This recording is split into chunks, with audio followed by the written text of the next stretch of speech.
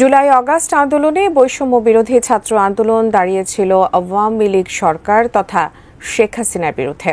তখন অনেকটা মুখোমুখি অবস্থানেই ছিল ছাত্র ও শেখ হাসিনা। এবার নতুন করে আবারও মুখোমুখি হতে যাচ্ছে বৈষম্য বিরোধী ছাত্র আন্দোলন ও শেখ হাসিনা।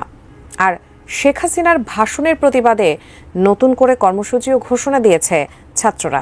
বিস্তারিত ৫ আগস্ট ছাত্র জনতার গণ অভ্যুত্থানের মুখে পতন হয় শেখ হাসিনা সরকারের। অবসান ঘটে দীর্ঘ আওয়ামী শাসনের। ক্ষমতা ছেড়ে ভারতে পালিয়ে যান সাবেক প্রধানমন্ত্রী শেখ হাসিনা। এরপর থেকে ভারতেই রয়েছেন তিনি, রয়েছেন লোকচক্ষুর অন্তরালে। তবে এবার সামনে এসেছে বুধবার নাকি দিল্লিতে ভাষণ দেবেন শেখ হাসিনা। আর এমন খবর সামনে আসার পর এর বিরুদ্ধে নতুন কর্মসূচি ঘোষণা করেছে বৈষম্য বিরোধী ছাত্র আন্দোলন। আসসালামু আলাইকুম প্রিয় দর্শক, আজকে নতুন একটি ভিডিওতে আপনাকে স্বাগতম। আজকে সারাদিনে ঘটে যাওয়া কিছু গুরুত্বপূর্ণ সর্বশেষ আপডেট খবর নিয়ে হাজির হয়েছি, যেটা ভিডিও শুরুতেই কিছু অংশবিশেষ দেখানো হয়েছে। তাই বলবো না টেনে সম্পূর্ণ ভিডিওটি দেখবেন, তাহলে আজকের বিষয়টি বুঝতে পারবেন। তো চলুন দর্শক, দেরি না করে সম্পূর্ণ ভিডিওটি দেখে আসি। তার আগে আপনাদের কাছে ছোট্ট একটি অনুরোধ, আপনি যদি প্রতি মুহূর্তের আপডেট খবর দেখতে পছন্দ করেন তাহলে আমাদের চ্যানেলটি সাবস্ক্রাইব করে পাশে থাকা বেল বাটনটি অন করে দিবেন, তাহলে প্রতি মুহূর্তের আপডেটের নোটিফিকেশন আপনার কাছে পৌঁছে যাবে। তো চলুন দর্শক, ভিডিওতে একটা লাইক দিয়ে সম্পূর্ণ ভিডিওটি দেখে আসি। জুলাই আগস্ট আন্দোলনে বৈষম্য বিরোধী ছাত্র আন্দোলন দাঁড়িয়েছিল আওয়ামী লীগ সরকার তথা শেখ হাসিনার বিরুদ্ধে। তখন অনেকটা মুখোমুখি অবস্থানেই ছিল ছাত্র ও শেখ হাসিনা। এবার নতুন করে আবারও মুখোমুখি হতে যাচ্ছে বৈষম্য বিরোধী ছাত্র আন্দোলন ও শেখ হাসিনা। আর শেখ হাসিনার ভাষণের প্রতিবাদে নতুন করে কর্মসূচিও ঘোষণা দিয়েছে ছাত্ররা। বিস্তারিত ইস্তিয়াক হোসেনের প্রতিবেদনে।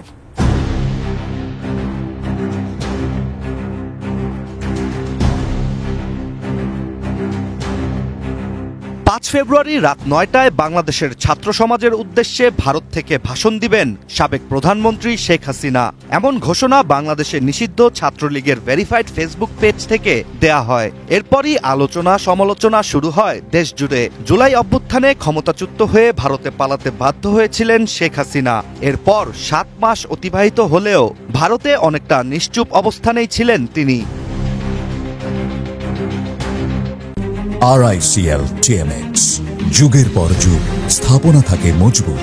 জুলাই আগস্ট গণ অভ্যুত্থানে অন্যতম ভূমিকা পালন করেছিল বৈষম্য বিরোধী ছাত্র আন্দোলন। সে সময় ক্ষমতাসীন আওয়ামী লীগের অমানবিক নির্যাতন ও কঠোর আগ্রাসন সহ্য করেই বাংলাদেশকে স্বৈরশাসন থেকে মুক্ত করার জন্য রাজপথ ছাড়েনি বৈষম্য বিরোধী ছাত্র আন্দোলনের সকল সদস্যরা। তাই তো জুলাইয়ের অবস্থান ফেব্রুয়ারিতেও ধরে রাখতে নতুন করে কর্মসূচির ঘোষণা দিয়েছে বৈষম্য বিরোধী ছাত্র আন্দোলন। শেখ হাসিনার ভাষণকে দমাতেই পাল্টা কর্মসূচির ঘোষণা দিয়েছে বৈষম্য বিরোধী ছাত্র আন্দোলন। ৪ ফেব্রুয়ারি দিবাগত রাত ১টায় নিজেদের ভেরিফাইড ফেসবুক পেজ থেকে এই কর্মসূচির ঘোষণা দেয় বৈষম্য বিরোধী ছাত্র আন্দোলন, যেখানে লেখা হয়, বাংলাদেশের ছাত্রদের উপর নৃশংসতম গণহত্যা চালানোর পরে ওই ছাত্র সমাজের উদ্দেশ্যেই দিল্লিতে বসে ভাষণ দেওয়ার মতো ধৃষ্টতা দেখাচ্ছে হাসিনা।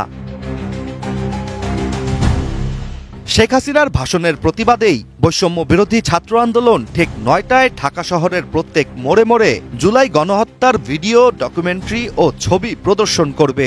এছাড়া সারা দেশের প্রত্যেকটি মোড়ে মোড়ে, বাজার হাটেও জুলাই গণহত্যার ভিডিও প্রচার করার আহ্বান জানিয়েছে সংগঠনটি। জুলাই অভ্যুত্থান নিয়ে বিশেষ একটি বুলেটিন চালানোর অনুরোধও করা হয় বৈষম্য বিরোধী ছাত্র আন্দোলনের ওই পোস্টটিতে।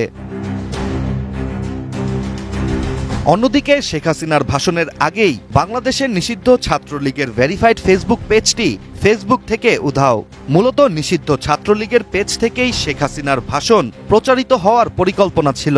এখন দেখার বিষয় ভারত থেকে শেখ হাসিনা কিভাবে কি করে। ৫ আগস্ট ছাত্র জনতার গণ অভ্যুত্থানের মুখে পতন হয় শেখ হাসিনা সরকারের। অবসান ঘটে দীর্ঘ আওয়ামী শাসনের। ক্ষমতা ছেড়ে ভারতে পালিয়ে যান সাবেক প্রধানমন্ত্রী শেখ হাসিনা। এরপর থেকে ভারতেই রয়েছেন তিনি, রয়েছেন লোকচক্ষুর অন্তরালে। তবে এবার সামনে এসেছে বুধবার নাকি দিল্লিতে ভাষণ দেবেন শেখ হাসিনা। আর এমন খবর সামনে আসার পর এর বিরুদ্ধে নতুন কর্মসূচি ঘোষণা করেছে বৈষম্য বিরোধী ছাত্র আন্দোলন। দিল্লিতে বসে পলাতক ফ্যাসিস্ট হাসিনা ভাষণ দেওয়ার ঘোষণায় নতুন কর্মসূচি ঘোষণা করেছে বৈষম্য বিরোধী ছাত্র আন্দোলন। কর্মসূচি অনুযায়ী বুধবার রাত ৯টায় ঢাকা শহরের প্রতিটি মোড়ে জুলাই গণহত্যার ভিডিও ডকুমেন্টারি ছবি প্রদর্শন করবে সংগঠনটি। বৈষম্য বিরোধী ছাত্র আন্দোলনের ভেরিফাইড ফেসবুক পেজে এক পোস্টের মাধ্যমে এ তথ্য জানানো হয়েছে। মঙ্গলবার রাতে দেওয়া ওই ফেসবুক পোস্টে বলা হয়, বাংলাদেশের ছাত্রদের ওপর নৃশংসতম গণহত্যা চালানোর পরে ছাত্র সমাজের উদ্দেশ্যে দিল্লিতে বসে ভাষণ দেওয়ার মতো ধৃষ্টতা দেখাচ্ছে হাসিনা। এমন নির্লজ্জতার প্রতিবাদে আগামীকাল রাত ৯টায় যখন হাসিনার ভাষণ দেওয়ার কথা, তখন ঢাকা শহরের প্রত্যেক মোড়ে মোড়ে জুলাই গণহত্যার ভিডিও ডকুমেন্টারি ছবি প্রদর্শন করবে বৈষম্য বিরোধী ছাত্র আন্দোলন।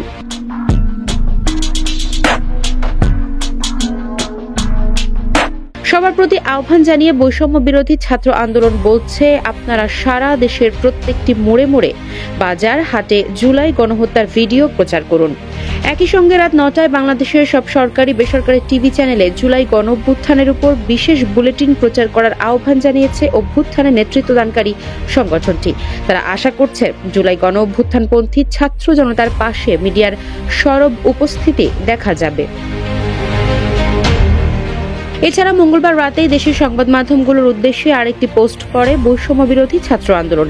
সেখানে লেখা হয়, যেসব মিডিয়া বুধবার হাসিনার বার্তা প্রচারের দুঃসাহসিকতা দেখাবে তাদের আমরা জাতীয় দালাল হিসেবে চিহ্নিত করব। বৈষম্য বিরোধী ছাত্র আন্দোলনের আহ্বায়ক হাসনাত আব্দুল্লাহ শেখ হাসিনার ভাষণের বিষয়ে ফেসবুকে একটি পোস্ট দিয়েছেন। তিনি লিখেছেন, হাসিনাকে বক্তব্য প্রকাশের সুযোগ দেওয়াকে বাংলাদেশের ফ্যাসিবাদ বিরোধী জনগণের বিরুদ্ধে ভারতের যুদ্ধ হিসেবে দেখছেন তিনি। এদিকে অন্তর্বর্তী সরকারের প্রধান উপদেষ্টা ডক্টর মোহাম্মদ ইউনূসের প্রেস সচিব শফিকুল আলম বলেছেন, আপাত দৃষ্টিতে মনে হচ্ছে বিবিসি বাংলা শেখ হাসিনার ভক্ত হয়ে গেছে। বুধবার সকালে নিজের ভেরিফাইড ফেসবুক প্রোফাইলে এক পোস্টে তিনি এমন মন্তব্য করেন। পোস্টে তিনি লিখেছেন, মনে হচ্ছে বিবিসি বাংলা ক্ষমতাচ্যুত স্বৈর শাসক এবং গণহত্যাকারী শেখ হাসিনার ভক্ত হয়ে গেছে।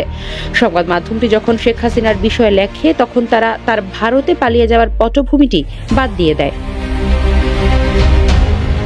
আওয়ামী লীগ সরকারের পতনের পর তিনি ভারতে চলে গেছেন এমন শব্দ ব্যবহার করতে তারা অধিকতর পছন্দ করে। বাস্তবতা হচ্ছে, শেখ হাসিনা অসংখ্য শিশু হত্যা, নজিরবিহীন সহিংসতা, লুণ্ঠন, দুর্নীতি, বিচার বহির্ভূত হত্যা এবং ৩,০০০-এর বেশি মানুষকে গুম করে ভারতে পালিয়ে গেছেন। প্রেস সচিব লেখেন, গত সপ্তাহে শেখ হাসিনাকে নিয়ে একটি প্রতিবেদন প্রকাশ করেছে আন্তর্জাতিক মানবাধিকার সংস্থা হিউম্যান রাইটস ওয়াচ। নিরাপত্তা কর্মকর্তাদের উদ্ধৃতি দিয়ে সংস্থাটি বলছে, শেখ হাসিনা তার দীর্ঘ ১৫ বছরের শাসনামলে হত্যা ও গুমের নির্দেশ দিয়েছিলেন। কিন্তু বিবিসি বাংলার প্রতিবেদনে এই গুরুত্বপূর্ণ অংশের কিছুই উল্লেখ ছিল না। তারা বিপ্লবের পরে গণগ্রেপ্তার নিয়ে কথা বলতে বেশি পছন্দ করে। প্রেস সচিব আরও লিখেছেন, তার মনে হচ্ছে বিবিসি বাংলা গণহত্যাকারী শেখ হাসিনাকে একটি নিখুঁত প্ল্যাটফর্ম দিয়েছে। গতকাল তারা একটি সংবাদ প্রকাশ করেছে, সেখানে তারা বলেছে যে হাসিনা নয়াদিল্লি থেকে ছাত্রদের সঙ্গে কথা বলবেন। প্রকৃতপক্ষে এটি বাংলার কসাইয়ের জন্য একটি নিখুঁত প্ল্যাটফর্ম। এটি কি কখনো নির্বাসিত বিএনপি নেতা তারেক রহমানকে একই প্ল্যাটফর্ম দিয়েছে? কিংবা হাসিনার স্বৈর শাসনের আমলে তারেক রহমান লন্ডনে কিভাবে সময় কাটাচ্ছিলেন সে সম্পর্কে লিখেছে? অথবা এটি কি তার সাক্ষাৎকার নিয়েছে? এমন প্রশ্নও রেখেছেন শফিকুল আলম।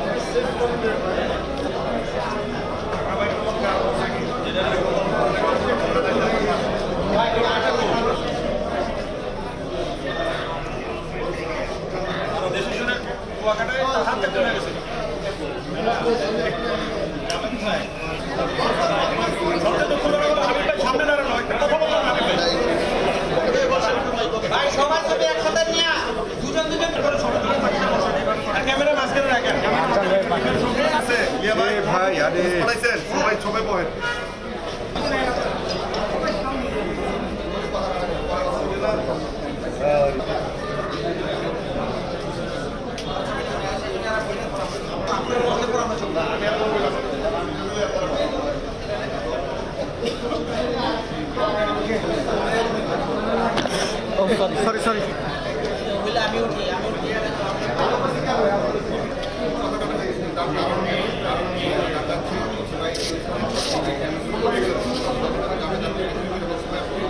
আর উপর থেকে আজকে বলবো আরামে আরামে পাইবে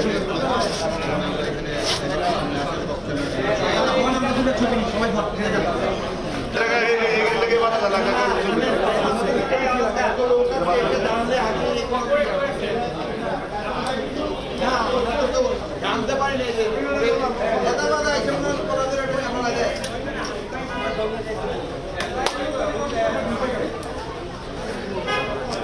ভাই কবি দেন ভাই এই লিয়া ভাই রান নিয়ে কবি দেন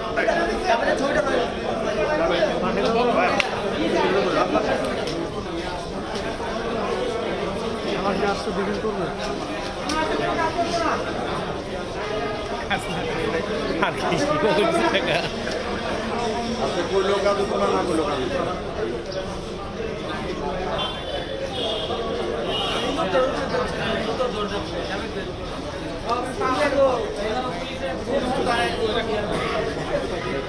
এই বৈশাখী টিভি এত কাছে গিয়ে ছবি নিতে হবে আমার দরকার ভাই তো নিচেই ছিলাম ভাই এখান থেকে নেন যত ভাই এই ভাই এই জুমা টিভি করতে ভালো লাগছে দেন পিছে থাক আমি নাই না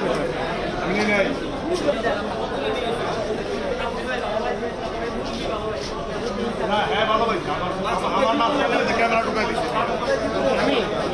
আমি তো ক্লিয়ার ব্যাক থেকে আরে না